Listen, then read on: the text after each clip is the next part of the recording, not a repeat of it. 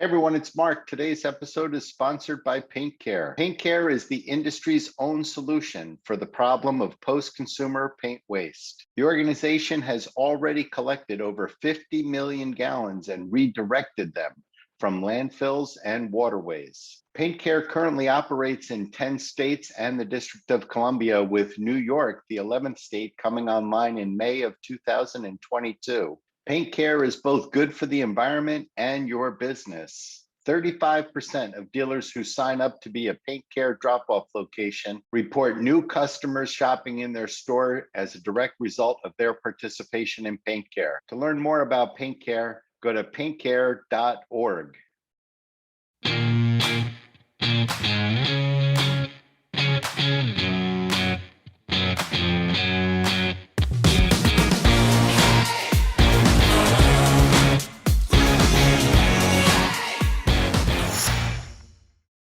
Hey everybody, thanks for joining me today. It's Mark. With me today on my episode of the Mark My Words podcast is independent paint retailer Russell Brasher. I've had Russell on once before. At the time that I had him on previously, he was one of the newest Benjamin Moore retailers in the country. About a year ago, he had just opened up. Russell came to the business through the NEP program. That's the new entrepreneur program that Benjamin Moore uses to try to attract more independent retailers into the ranks. Since I've had him on last, Russell has opened up a second store.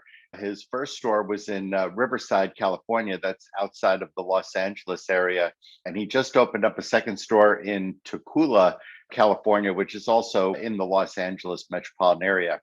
And so I'm looking forward to catching up with Russ and finding out what that experience was like, how he managed to find labor enough to open up a second store at a time when job applicants are as rare as a gallon of ProMark 200, where he found the people to open up a second store, and check in with him on how that's going. So let's give a listen to Russ, and we'll be back in a couple of weeks, and I hope you enjoy our conversation.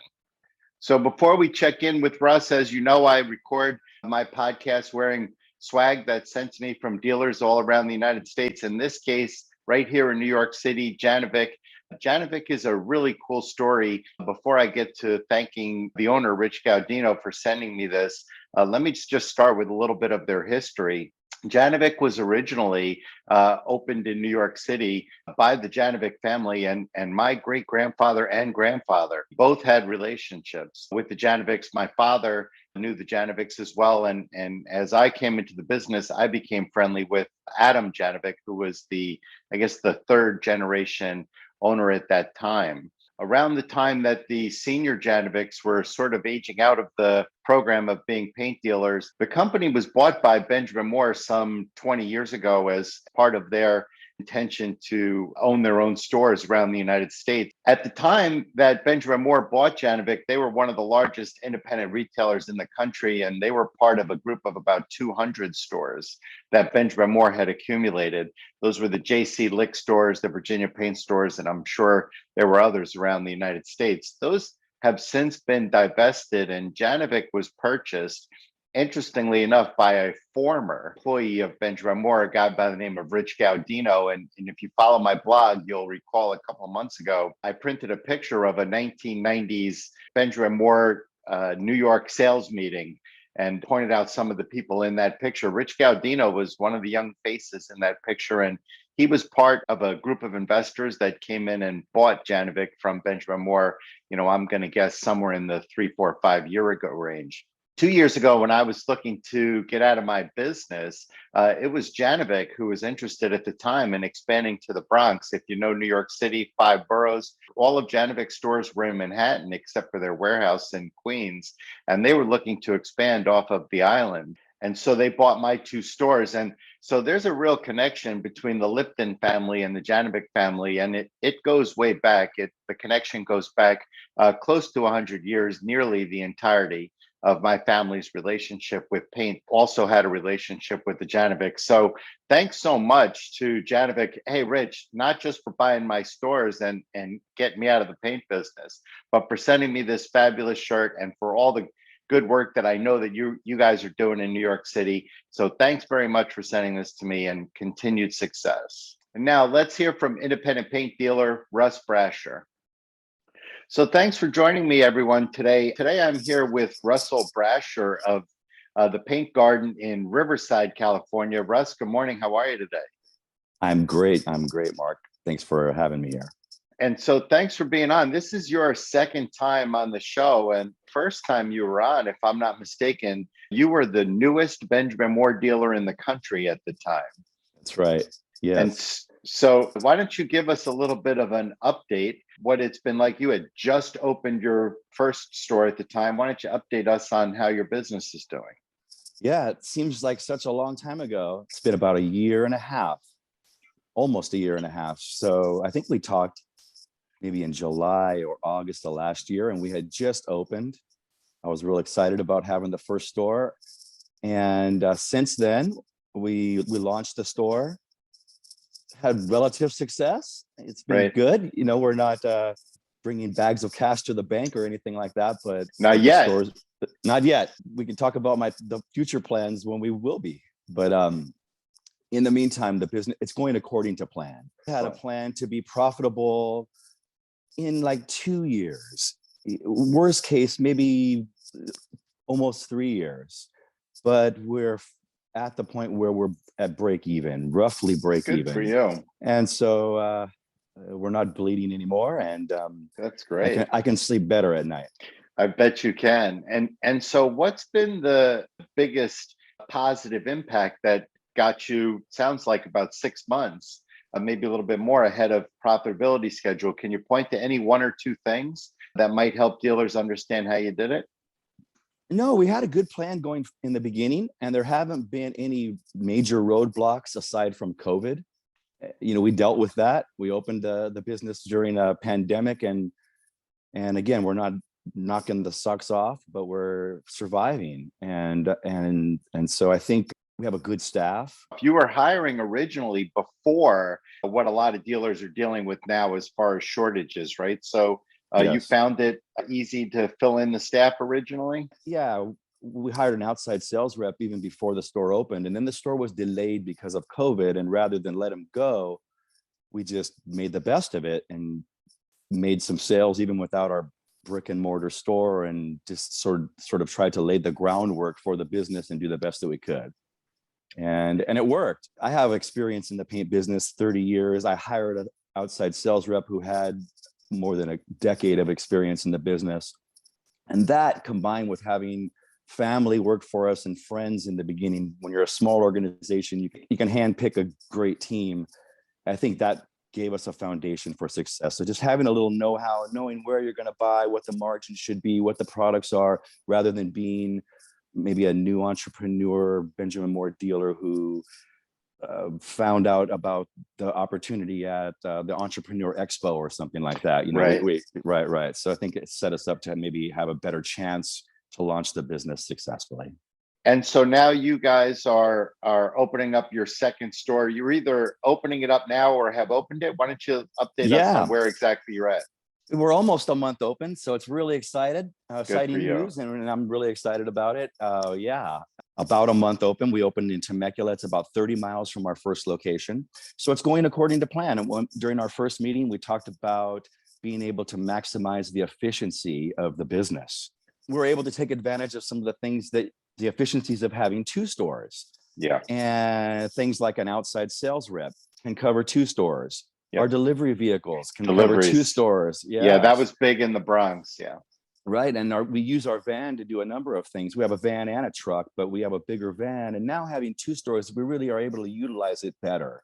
We can shuttle inventory back and forth. That's right. And make deliveries in the meantime while we're doing that. Yep. When you take product to another store, then you do their deliveries, then you go back to the other store and bring product back to that store and you do their deliveries. And it's really a more efficient way of getting things done. Our inventory, sharing the inventory, is a big major thing. When you open a store, you got to buy a case of everything, or there's minimums with the manufacturers and your vendors, and one store just doesn't adequately support it, especially when you're first opening. So And particularly, if I'm not mistaken, you have a lot of specialty products, right? We're not, everybody can buy 549 1X, right? Everybody exactly. can take a pallet. You don't need to worry about splitting boxes, but you guys have a specialty products offering. Why don't you tell us a little bit about that? Yeah, a lot of paint stores, when they are looking to broaden their offering or diversify the business, might offer flooring, or they might offer window treatments or wallpaper or something like that.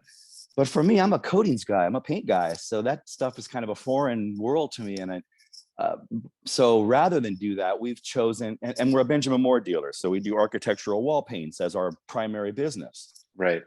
So to diversify, what we do is we've gone into wood coatings and cabinets and furniture in a big way. And we've gone into decorative wall finishes, high-end decorative wall finishes.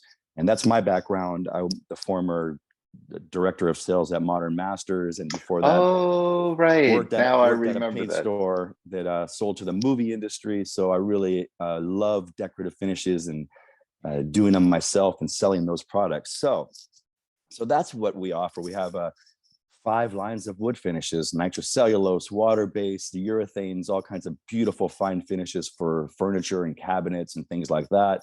And then wall finishes, textures and metallics and glazes and all those kinds of products. So you're absolutely right. In order to bring all those products in, it's quite an investment. And having just one store is really not enough to boost the business forward with all those product lines and without a major investment. And so having the second store, it really helps us. So, And how are you finding the market for those specialty coatings out there? I know that in New York, there are 1 or 2 stores that do very well in the city with products like that, but it's not a part of the market that I'm all that familiar with. yeah, you're absolutely right. You have to create an awareness in the market that you have those products. Right, You have to let the people who use them know you have them. right, So that's really it. On the wood finishing side, you have to have the outside sales rep call on the cabinet shops and the contractors who specialize in doing kitchens. And you really have to just, whether it's Facebook or Instagram or your rep or a phone call or you just have to reach out to the people that use those products. On the decorative side, there's some design build companies that do work at places like casinos and museums and shopping malls, and they do specialty finishes beyond regular wall paints. So you call on right. those kinds of guys, and they do use regular wall paints. And then your specialty stuff's an add-on to your sale when you sell them some Regal 549 1X, and you also sell them some wood finishes and some metallics and some glazes and tools and supplies and all that stuff. And are you still dealing, if, as I recall from our first conversation, you had a fair amount of business with the movie sets and I do TV historically. studios? Historically, I do, but our location is removed from LA by about 50 or 60 miles, and that short Okay, distance is enough to make it not easy to compete with local stores that are right near the studios. My right, experience is there, but in our area and in the second stores area, there are some production companies that we call them set shops or design build companies, where they do work for commercials, or they do trade show displays. They do displays for stores. Like right now, we're working on a project for Dior with a company where they doing window displays for department stores and that kind of stuff. So wow. there's opportunities. It's the scenic world or the design build world, theme parks, casinos. There's some big opportunities there. Right. So let's talk about that second location. You mentioned that that's more suited to these types of products that you're selling. How did you decide it was time to get moving with that? I know the last time we had spoken, you said you had a plan in place. It was to develop more than one store. That was your initial plan. So we knew that this was coming. Yeah. But in the middle of a pandemic with business sort of tough to gauge, how long it's going to be like this for, et cetera. How did you go about the business of deciding it was time to go, selecting a location, et cetera?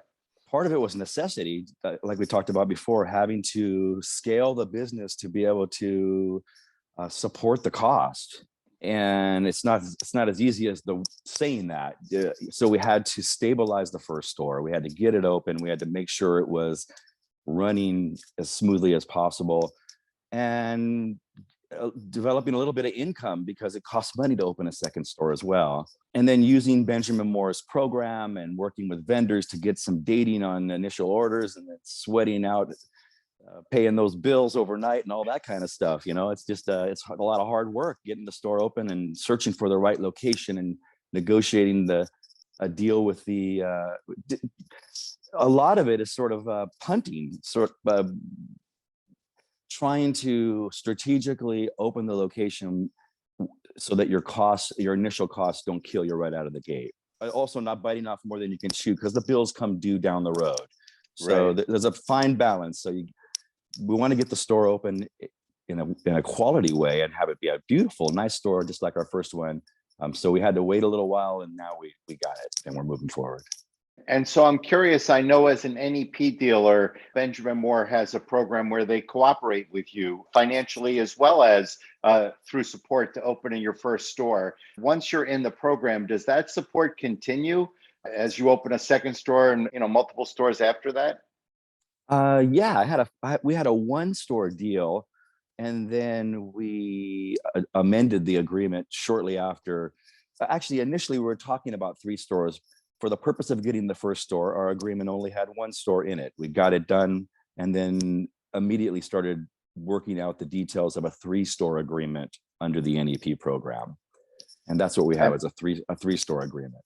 And so that's where you're at right now. And so so you're 2/3 of the way in, right? And so that sort of answers my next question, which was the experience you've had as a participant in this NEP program. I was going to ask you thoughts on that, but it sounds to me like you've signed another contract to add some more stores. So you're obviously having a pretty good experience there. It's been a while. Yeah. I mean, we opened our first store and then did the agreement. So it's almost been a year since we decided to continue and go forward with 3 stores. But I'll say this, that without that program, it would have been extremely difficult to get this done.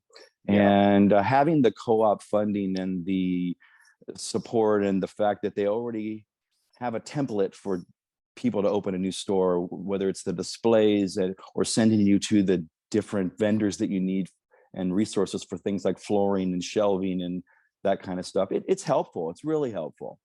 And the money helps too. Listen, that's a part of this. It costs a lot of money to open up a paint store, and some of those expenses as a paint dealer, I never minded paying, right? So if I needed to buy an extra truckload of paint, it's my pleasure to write the check. I know I'm going to sell it, right?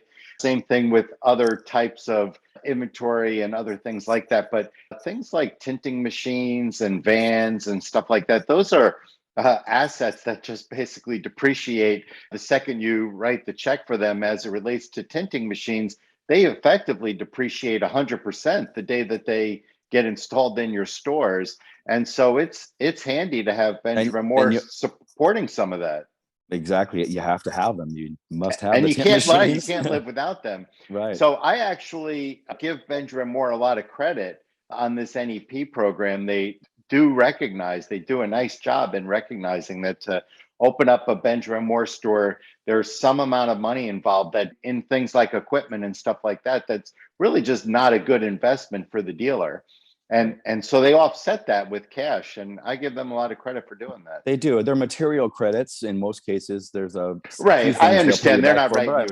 Right. And it's fine. And I'll tell you, my credit manager is great at Benjamin Moore. I mean, there's times where our bills due, but we know there's a pending credit, and so there's an awareness throughout the company that there's a program, and that it's easy.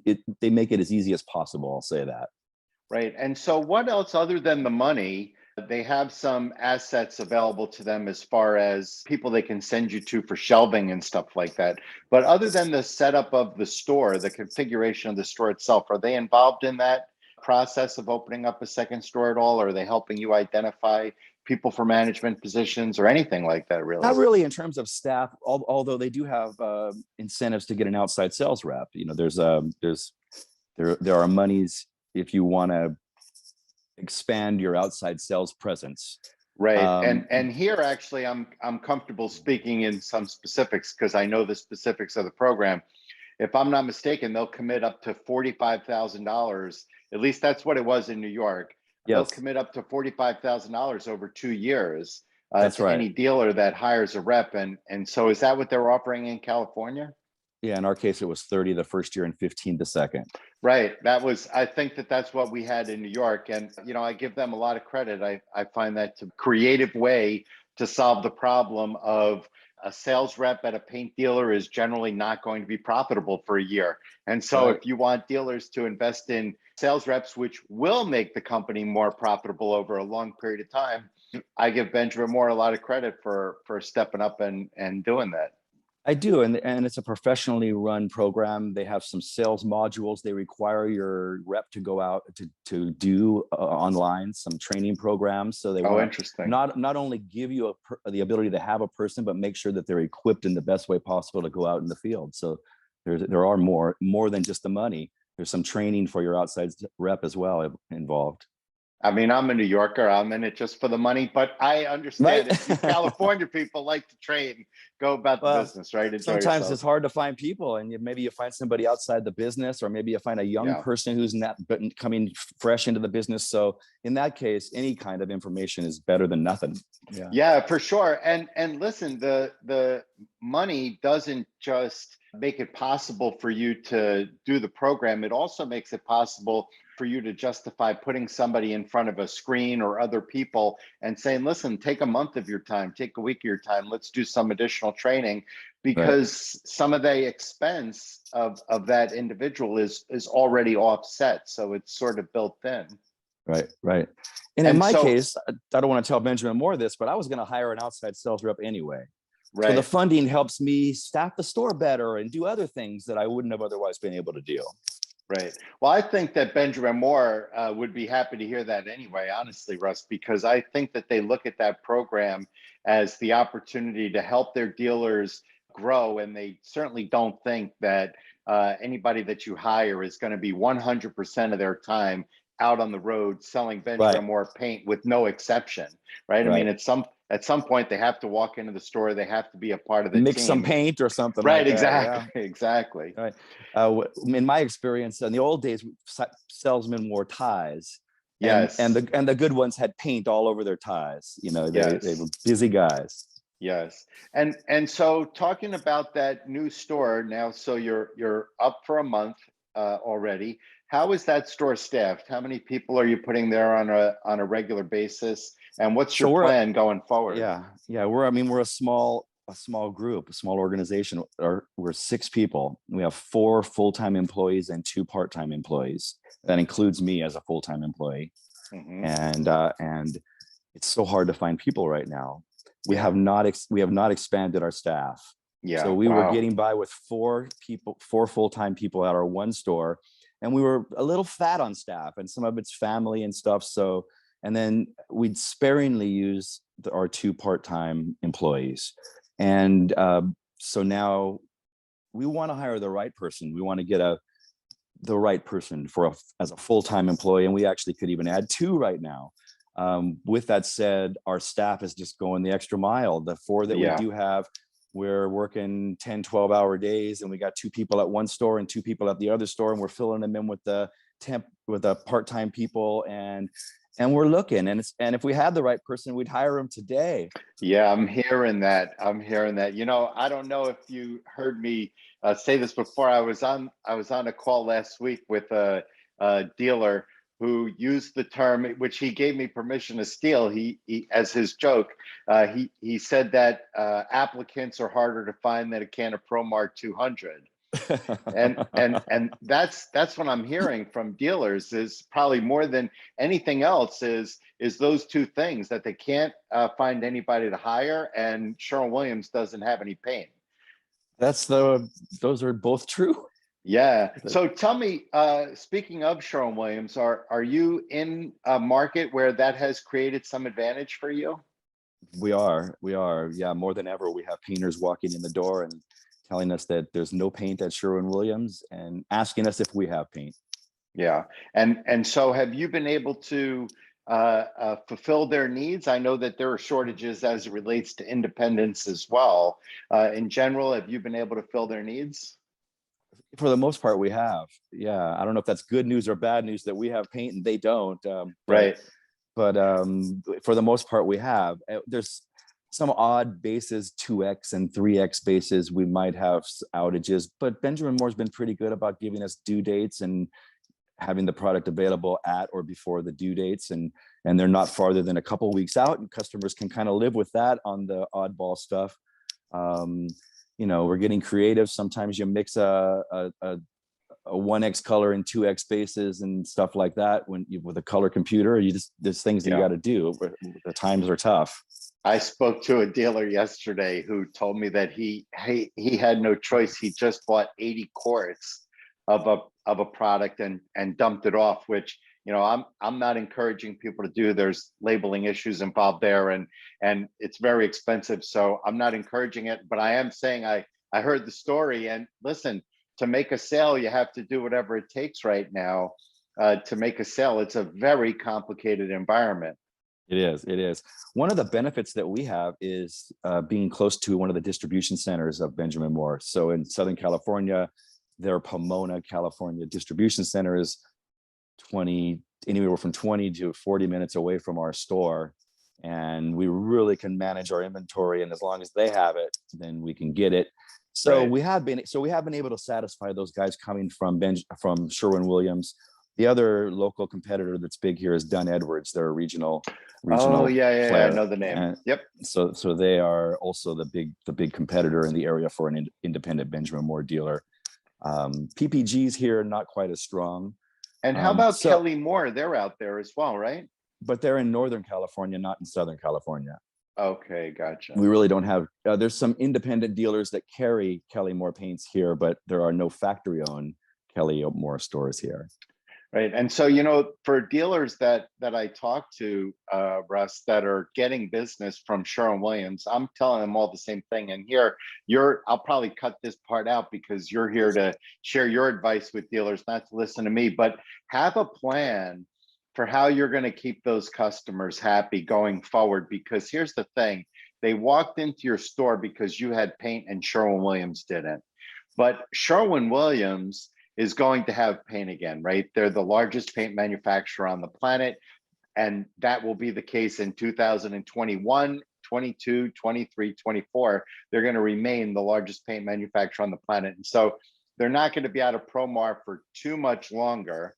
Right. And when it comes back into stock, I think the dealers need a plan. They need to really focus on their relationships and have a plan in place, even as it relates to pricing. Start working with your local reps and your local regional people to make sure that they know, listen, I've been selling this guy UltraSpec for 6% margin just to make the sale. Now I need a price where I can make some money because it looks like it's going to be ongoing. Exactly right. Yeah. And so good luck. I hope that works out for you guys. Thank you. Yeah. And all the Sherwin-Williams customers aren't necessarily our customer, I've found. Some of them walk in and just the price that they're paying at Sherwin-Williams doesn't make sense for us. Yeah. But the ones that do, we're offering them products that are comparable to the products they're using from Sherwin, and we're getting as price competitive as we possibly can on UltraSpec and the commercial products. But we're also introducing them to some of the products they might not have otherwise known about. Benjamin Moore's got a great new product, Command, that you can use everywhere, and they've got some other products outside of just the cheapest commercial stuff. So it sounds like that's part of your plan to keep them. Exactly right. Exactly. And there's a lot of cases where the guys have said they like it, they like the products, or they like the service, and they're disappointed with what's happened to them at Sherwin. And so, we have to be keeping. You're exactly right. Sherwin's going to have paint again. So our outside sales rep has to be right in there calling on them again, and we can't lose sight of them. And I think, I spoke to a dealer the other day here, not in New York Metro, but here in sort of greater New York, who had a bunch of Sherwin-Williams customers coming in, and he's had some success, believe it or not, turning them on to Regal, despite the fact that the price is, obviously significantly higher, but the quality was significantly higher. And so I'm encouraging dealers to have any conversation with these new customers that they can have. So long as you're talking, so long as you're trying things, then you're going to find yourself with an opportunity to hang on to that business. It's not, to your point, just about making ultra spec $10 a gallon. It's finding what it is that's going to keep them satisfied coming to your store. It's a blessing for us in disguise, because part of our plan is to have things that other stores don't have. And some of those other markets that I told you about, having a complete line of wood finishes that meets the needs of most people, and the decorative wall finishes that you can't find at other stores. These painters that are coming in from Sherwin-Williams or Dunn Edwards may never have seen us before. So this is really creating an opportunity for us to, because a lot of the same painters that buy the Sherwin-Williams wall paints also do kitchens. And when they come in and say, wow, your store is so much better than Sherwin in relative to those kinds of products. Right. I'm coming here when you from have now a on. genuine selection of finishes that you can use on wood cabinets, you have 3 or 4 or 5 to choose from, versus just going into Sherwin-Williams and they have a gallon of Emerald.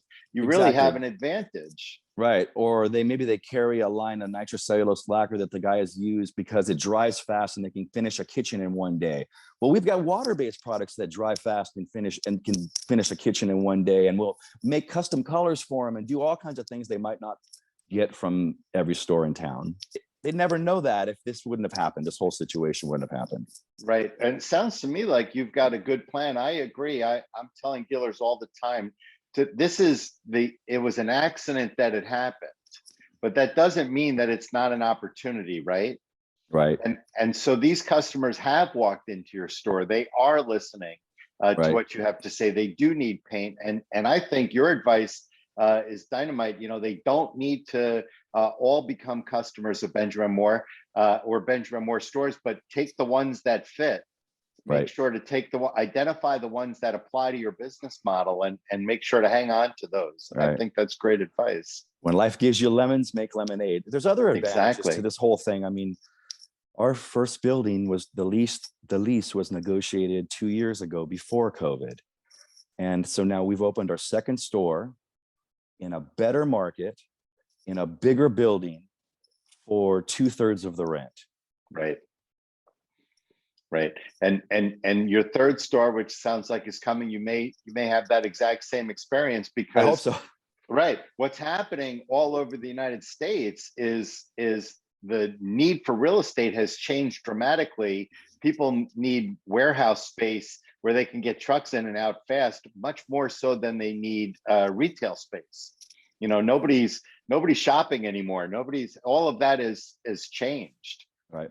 And so I suspect as you look to open up another store, you should have that same good fortune. Yeah, we hope so. And we're thinking we're just thankful for the blessings that we had, rather than crying about COVID and the market and all the problems and not being able to find people. You just got to kind of look for the opportunities. Yep. So tell me, before I let you go, what's your plans going forward? So you got 2 stores up. It sounds like you're having some success financially, which I'm happy for, and hope it continues. Well. And so what's next? We have a 3-store plan. We believe that the maximum efficiency is at 3 before we have to start investing in the business again. Yeah. With the infrastructure that we have now, with the delivery vehicles, the outside sales rep, the inventory, the staff, all the things you need for 1 store or 2 stores, we can stretch it to 3 stores without a big major additional investment. So that's the magic number, I feel, is 3. And once we get to 3, we will stand back, take a look, fine tune, fix what's broken, get it going like a fine running motor, and then we'll start thinking about the future in 4 or 5 stores or whatever the future brings. But so our plan is we've got 2 stores open now. And when would you want the third one open by? 2023, middle of the year. Okay. So we will be working hard to get these 2 stores up and running and efficient and profitable. And then maybe at the end of 2022, we will start focusing on getting the third store open. Terrific. Well, in that case, I know you and I are in touch regularly. You're a big baseball fan. I know you like to watch football, so you're one of my go-to guys on the weekends. We text a lot. Yes. But let's stay in touch on this. When you get that third store open, I'd love to have you on again, Russ, I would and love to. talk about the experience you're having. So I really I would love appreciate to. the time. Yes, thanks, Mark. It's been great to be here, and I really appreciate you inviting me.